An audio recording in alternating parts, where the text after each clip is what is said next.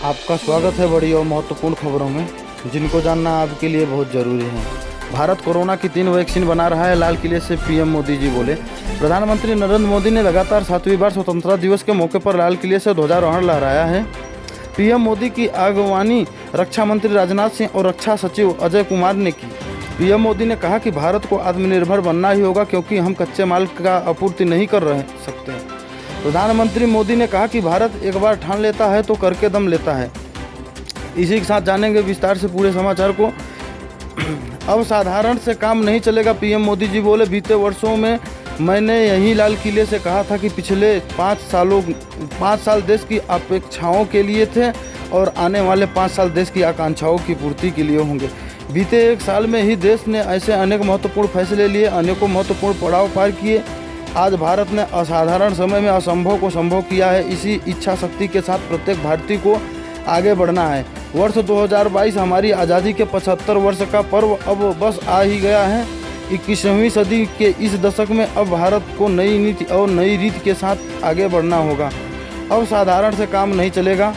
भारत की संप्रभुता का सम्मान हमारे लिए सर्वोच्च होगा, प्रधानमंत्री जी बोले। पीएम मोदी ने चीन का नाम लिए बिना साधा निशाना कहा, देश के लिए हमारे वीर जवान क्या कर सकते हैं, दुनिया यह लद्दाख में देख लिया है। सीमा मिलने वाले देश ही पड़ोसी नहीं, बल्कि दिल मिलने वाले देश भी भारत के पड़ोसी होंगे। प्रधानमंत्री ने आज लाल किले पर ये चीज़ बोला। हमारे पड़ोसी चाहे ज़मीन से जुड़े हो या समंदर से, हम उन सभी पड़ोसी देशों को जोड़ रहे हैं। हम अपने पड़ोसी देशों के साथ आर्थिक, सामाजिक और सांस्कृतिक जुड़ाव को और गहरा कर रहे हैं। दक्षिण एशिया में दुनिया की 1/4 आबादी रहती है। दक्षिण एशिया के नेताओं को इस विशाल आबादी के विकास में साथ मिलकर काम करने की ज़रूरत है। इस पूरे इलाके में जितनी शांति होगी उतनी ही यह मानवता के हित में होगा।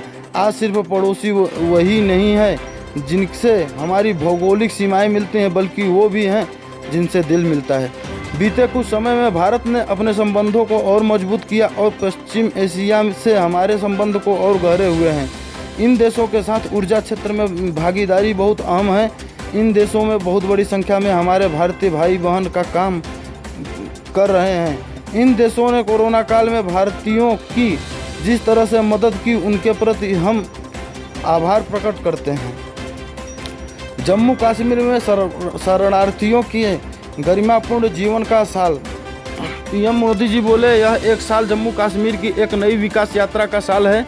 ये 1 साल जम्मू कश्मीर में महिलाओं, दलितों से मिले अधिकारों का साल है। ये जम्मू कश्मीर में शरणार्थियों के गरिमापूर्ण जीवन का 1 साल है। हम सभी के लिए गर्व की बात है कि जम्मू कश्मीर में स्थानीय इकाइयों के जनप्रतिनिधि सक्रियता और संवेदनशीलता के साथ विकास के नए युग को आगे बढ़ा रहे हैं। बीते वर्ष लद्दाख को केंद्र शासित प्रदेश बनाकर वहां के लोगों की वर्षों पुरानी मांग को पूरा किया गया है। हिमालय की ऊंचाइयों में बसा लद्दाख आज विकास की नई ऊंचाइयों को छूने के लिए आगे बढ़ रहा है। जिस प्रकार से सिक्किम ने ऑर्गेनिक स्टेट के रूप में अपनी पहचान बनाई है, वैसे ही आगे आने वाले दिनों में लद्दाख अपनी पहचान एक कार्बन न्यूट्रल के तौर पर बनाएगा। इस दिशा में भी तेजी से काम हो रहा है। महिला शक्ति ने हर अवसर पर देश का नाम रोशन किया है। प्रधानमंत्री ने कहा कि हमारा अनुभव कहता है कि भारत में महिलाओं को जब जब भी अवसर मिले, उन्होंने देश का नाम रोशन किया है, देश को मजबूती दी है। आज भारत में महिलाएं अंडरग्राउंड कोयला खदानों में काम कर रही हैं, तो लड़ाकू विमानों से आसमान की बुलंदियों को भी छू रही हैं। देश के जो 40 करोड़ जनधन खाते खुले हैं, उनमें से लगभग 22 करोड़ खाते महिलाओं के ही हैं। कोरोना के समय में अप्रैल, मई, जून इन 3 महीनों में महिलाओं के खाते में करीब 30,000 करोड़ रुपए सीधे ट्रांसफ़र किए गए हैं। वैक्सीन इस समय टेस्टिंग के चरण में है, पीएम मोदी जी बोले। लाल किले से पीएम मोदी बोले, भारत कोरोना की 3 वैक्सीन बना रहा है। नेशनल डिजिटल हेल्थ मिशन की शुरुआत की जाएगी। सभी नागरिकों को एक हेल्थ आईडी दी जाएगी और इसमें हेल्थ से जुड़ी सभी रिकॉर्ड रहेंगे। कोरोना को लेकर नागरिकों चिंता है।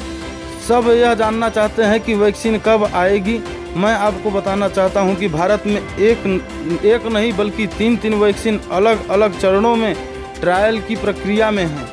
एक बार मंजूरी मिलने के बाद हम व्यापक पैमाने पर इनका उत्पादन करेंगे। आत्मनिर्भर कृषि और आत्मनिर्भर किसान, आत्मनिर्भर भारत की प्राथमिकता पीएम। देश के किसानों को आधुनिक इंफ्रास्ट्रक्चर देने के लिए कुछ दिन पहले ही 1 लाख करोड़ रुपए का एग्रीकल्चर इंफ्रास्ट्रक्चर फंड बनाया गया है। इसी लाल किले से पिछले वर्ष मैंने जल जीवन मिशन का ऐलान किया था। आज इस मिशन के तहत अब हर रोज 1 लाख से ज़्यादा घरों को पानी के कनेक्शन से जोड़ने में सफलता मिल रही है। मध्यम वर्ग से निकले प्रोफेशनल भारत ही नहीं पूरे दुनिया में अपनी धाक जमाते हैं। मध्यम वर्ग को अवसर चाहिए, मध्यम वर्ग को सरकारी दखल अंदाजी से मुक्ति चाहिए। ये भी पहली बार हुआ है जब अपने घर के लिए होम लोन की EMI पर भुगतान अवधि के दौरान 6 लाख रुपए तक की छूट मिल रही है। अभी पिछले वर्ष ही हजारों अधूरे घरों को पूरा करने के लिए 25,000 करोड़ रुपए के फंड की स्थापना हुई है। अब आम भारतीय की शक्ति, उसकी ऊर्जा आत्मनिर्भर भारत अभियान का एक बहुत बड़ा आधार है।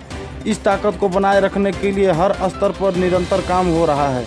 आत्मनिर्भर भारत के निर्माण में, आधुनिक भारत के निर्माण में, नए भारत के निर्माण में, समृद्ध और खुशहाल भारत के निर्माण में देश की शिक्षा का बहुत बड़ा महत्व है।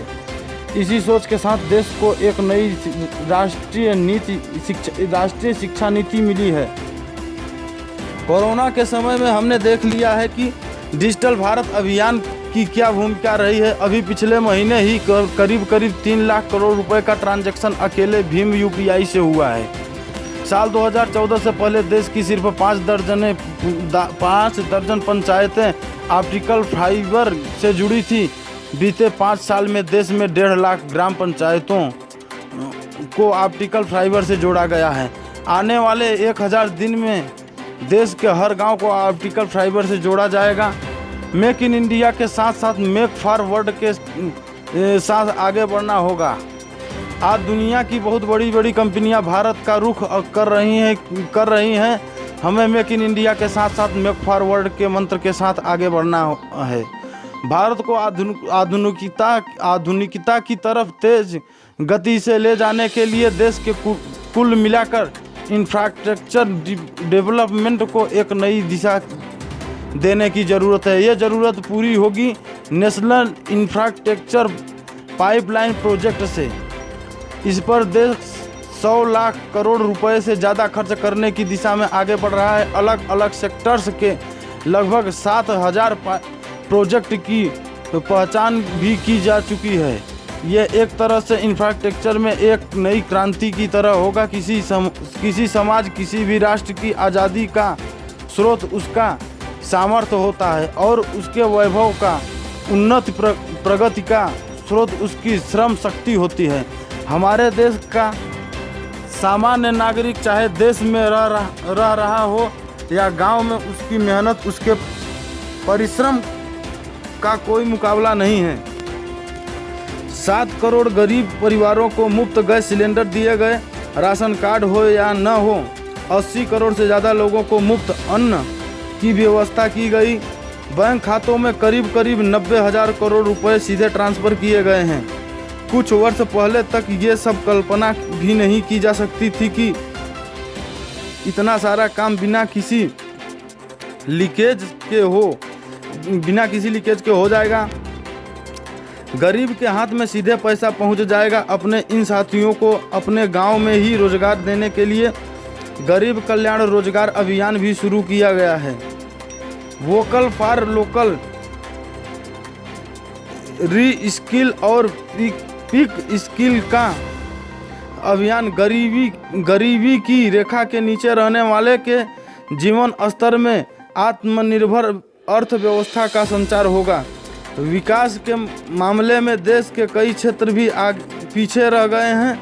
ऐसे 110 से ज़्यादा आकांक्षी जिलों को चुनकर वहां पर विशेष प्रयास किए जा रहे हैं ताकि वहां के लोगों को विशेष शिक्षा मिले, बेहतर स्वास्थ्य सुविधा मिले, रोजगार की बेहतर अवसर मिले। इसी के साथ ये समाचार समाप्त होता है। इसी प्रकार के न्यूज़ को पाने के लिए जुड़े रहिए हमारे साथ।